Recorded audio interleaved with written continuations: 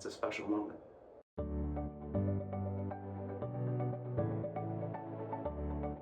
And it reminds me sort of like the five love languages books that have sort of come Yeah. out and been real popular in pop culture. Mm-hmm. There's also an argument that there might be special love languages or niche topics for autistic kids. Maybe, And yeah. I don't know if you have a thought about that and in your personal experience, and if not, that's fine. We always use the expression of the bubble. So, like, if I were to describe autism to somebody, I would say no matter what spectrum you're on or your developmental delays that come with it, every autistic kid is living a little bit in their own personal bubble, and you've really got to try hard to push through it. If you want to be heard, if it doesn't sound foggy, as if you Make people uncomfortable if you got in the bubble.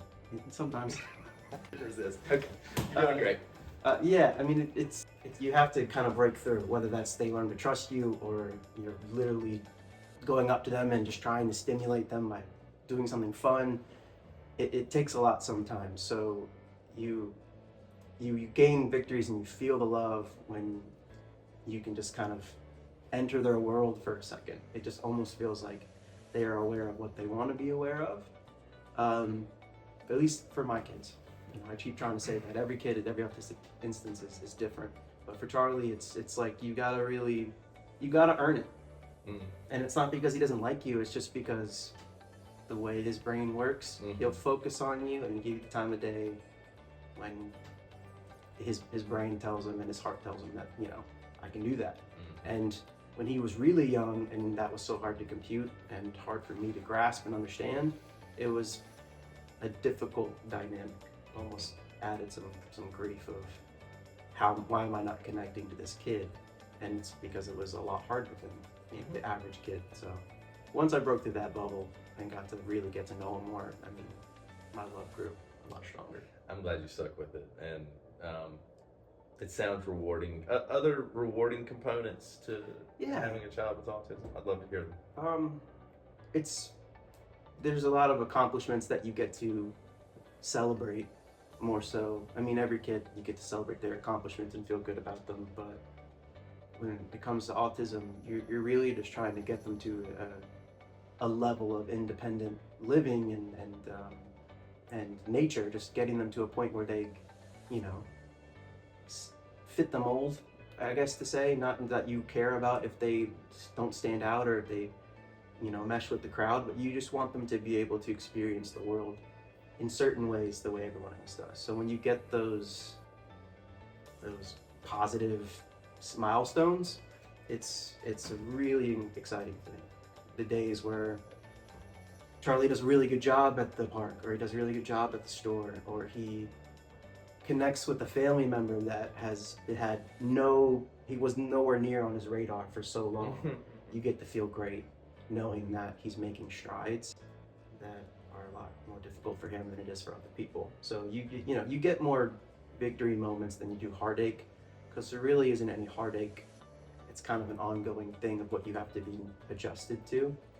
But you get a lot of victory moments because of just steps you take. And that comes from several therapists and people on his side and a home life that is tailored to him developing and growing. I mean, there's a lot that goes into it, but when the victories come, you feel great. Earlier you said milestones, and for a split second I thought you said Smilestones. And I actually love that. Yeah.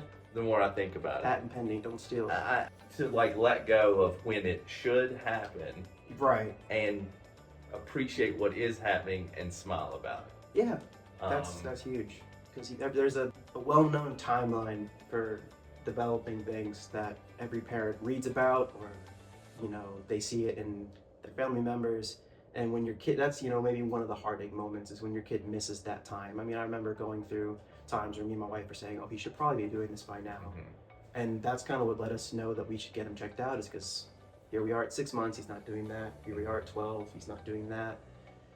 Here we are at 6 years old and he's not doing that, but we know now that that's okay. He's gonna figure out when he figures it out. And that's the mentality I encourage for everybody. What's a recent milestone for Charlie? Great question. No matter how small. He's learned to write his name. Awesome. Yeah, he's been in a new school. But yeah, he learned a lot from school. He's learning the academic, scholastic things right now, which is really exciting to see. He's All right, I want a little balance. I want a milestone for everyone in your family. yeah, Wife included. Wife okay. included. Yeah. Okay. My little girl Hazel is running around talking, really learning how to communicate in full-on sentences. And Tell everyone how old Hazel. Hazel's 2. Yeah.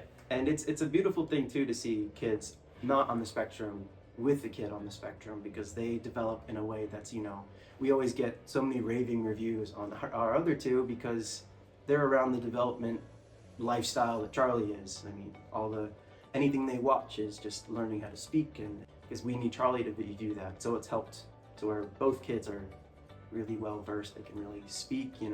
They have a lot of things that maybe kids their age won't have. And empathy, understanding, communication. Yeah, for sure. And different styles of communication. Franklin, we always call him our at-home speech therapist, because when the behavioral therapists or speech therapists leave, he's still carrying on the work. He'll go up to Charlie and prompt him to say things or get him to play. And it's I don't pay him for it, but room and board. There you go. All right. And you and your wife, I want a milestone. I'm not giving up easily. That's fine. Yeah. That's fine. Well, thanks to a proper mental health job that allows me to kind of live my life better, we've been doing really well with just kind of getting our schedule to help with our mental health and grow stronger in how we feel about each other, how we feel about ourselves, because that's a huge thing for the parents is you're going to get run down.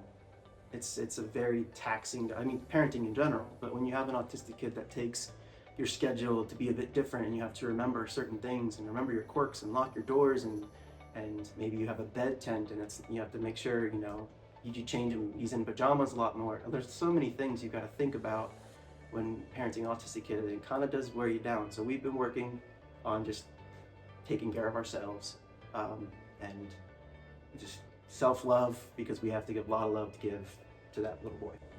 That's awesome.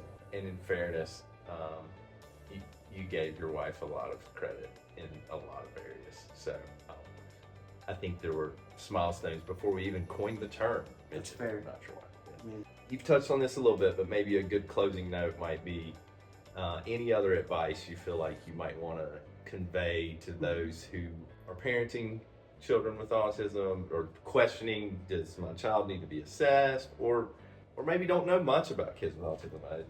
Take it where you want to go with it. Kind of take you where I was when I was just learning about autism and early on in his diagnosis. I had no idea what it was. I was in a place where, there were a lot of other things in life that were stressing me out, and I did not feel like it was something that needed to be on our radar. I didn't even think it was a thing. A lot of people still, even though the diagnosis levels have gone up, it's still something that if you're going through it can maybe catch you by surprise and be really easy to push yourself in denial. So parents, don't do that to yourselves. Your kid will appreciate it later down the road the quicker you seek the help and gain the understanding and learn to accept your kid the way he is. That's my main thing, because that took me years that I won't get back.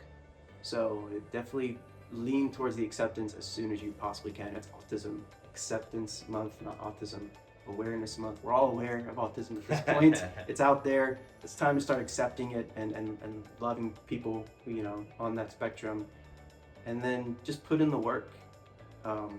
It's more work. I'll be completely honest with that, but it's good work, because the more you put in, the quicker you're going to see the development change and the growth, and it's going to be rewarding work, because your kid's worth it. Very good. I ask almost every guest this question. What is your place and purpose? Wow. Edited all these videos and I'm finally asked the age-old question. My place and purpose in life: be a light to everybody I see, especially my family, to lead a godly household the best I can, and to put every title that I have, whether that's father, property manager, Dr. Chad's place, editor, friend, son, put it before myself, because that's, there's a lot of people who notice those titles about you, and you want to represent yourself the best way you can and be proud of yourself, and that comes by putting in the work and just being the best version of yourself you can be. Trying every day. I'm reminded of one of my favorite quotes: "The light shines in the darkness." and the darkness does not overcome. Thanks for being a light. Thanks for being here today. And I think we'll include lots of extra fun pictures and helpful websites in this episode. Thanks for tuning in, everybody. We'll see you next time.